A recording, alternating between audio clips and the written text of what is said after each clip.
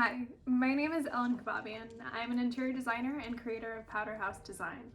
It is my passion and joy to create spaces of wellness and beauty, and today I'll be sharing some helpful solutions on how to create spaces of restoration.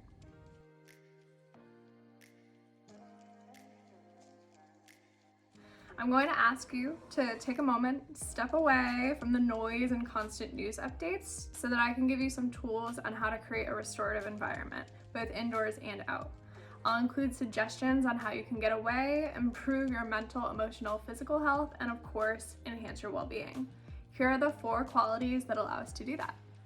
Number 1, fascination. Being fascinated allows us to attract effortless, involuntary action, giving our minds the opportunity to relax from direct and constant attention. 2, being away. The ability to physically and mentally remove yourself from tasks and thoughts that always seem to require your unwavered attention.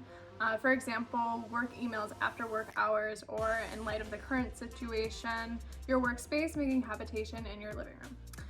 Separating out these tasks and creating these zones allow us to have stronger productivity levels for when it matters most. 3, coherence.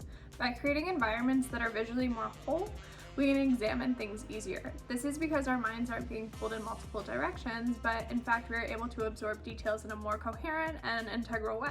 Last but not least, number 4, compatibility. The correlation between your needs and your environment, giving you the opportunity to carry out your tasks without a struggle. You should not be battling your environment, it should be rescuing you. These 4 characteristics allow us to grow our ability to concentrate on the important tasks that lie ahead of us. So let's talk about some easy, simple, and functional tools that we can use to achieve the restorative environment that we're all craving. I have to say it, exercise. Indoor exercise versus outdoor exercise. Personally, I'm a yogi and I take great joy in returning to my mat almost daily. Moving our bodies is fantastic for our well-being, especially outdoors. However, not all outdoor environments are created equal. So those that are perceived as more natural are going to result in a higher emotional positive response, meaning the more natural the space, the better your physical and mental health. So let's quickly consider the biodiversity you hopefully have the ability to experience right now. If you have an option between the woods versus an urban green space, choose the woods every time. Better yet, somewhere that has a water feature such as the ocean or some lakes or rivers. Those outdoor environments actually have been proven to reduce our stress levels even more than the former. Or if you don't have access to what I mentioned, say you are living in an urban city, always opt for the outdoor space that has diversity within the physical natural environment. So that means trees and flowers and birds and more plants. This has a stronger correlation to your positive mental health because your body is perceiving the environment as more whole. Another useful tip, clean. I think everyone right now is considering and asking themselves, just how clean am I, right? And what kind of nastiness could be living on the surfaces of my home? Well, thankfully, Apartment Therapy has done a really great article on this, so I'm just gonna link that below. Organization, however, I would like to separately categorize from cleaning. As researchers have found, clutter has a direct link to depression and anxiety, heightening our cortisol levels and giving us a feeling of absolute helplessness. No thank you. How are we expected to get anything done if we have this looming feeling of chaos above our heads? We can't. Our mind simply cannot comprehend and juggle the to-do list without being overwhelmed.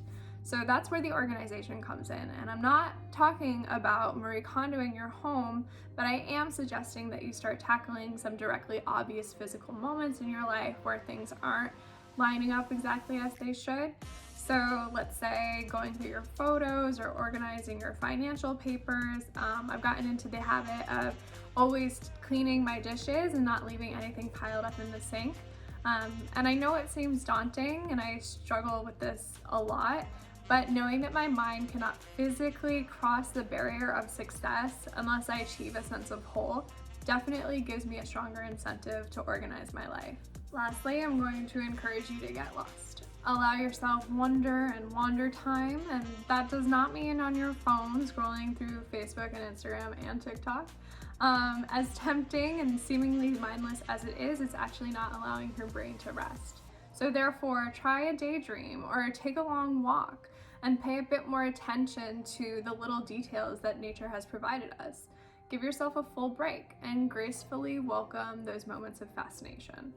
I really hope that you start to notice some changes that will occur in your productivity mode versus your restoration mode, and of course see the positive benefits to your overall health and well-being.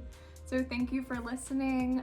See a layout below of the consolidated verbiage from this video, and let's continue to move forward and be an active part of our lives. Thank you.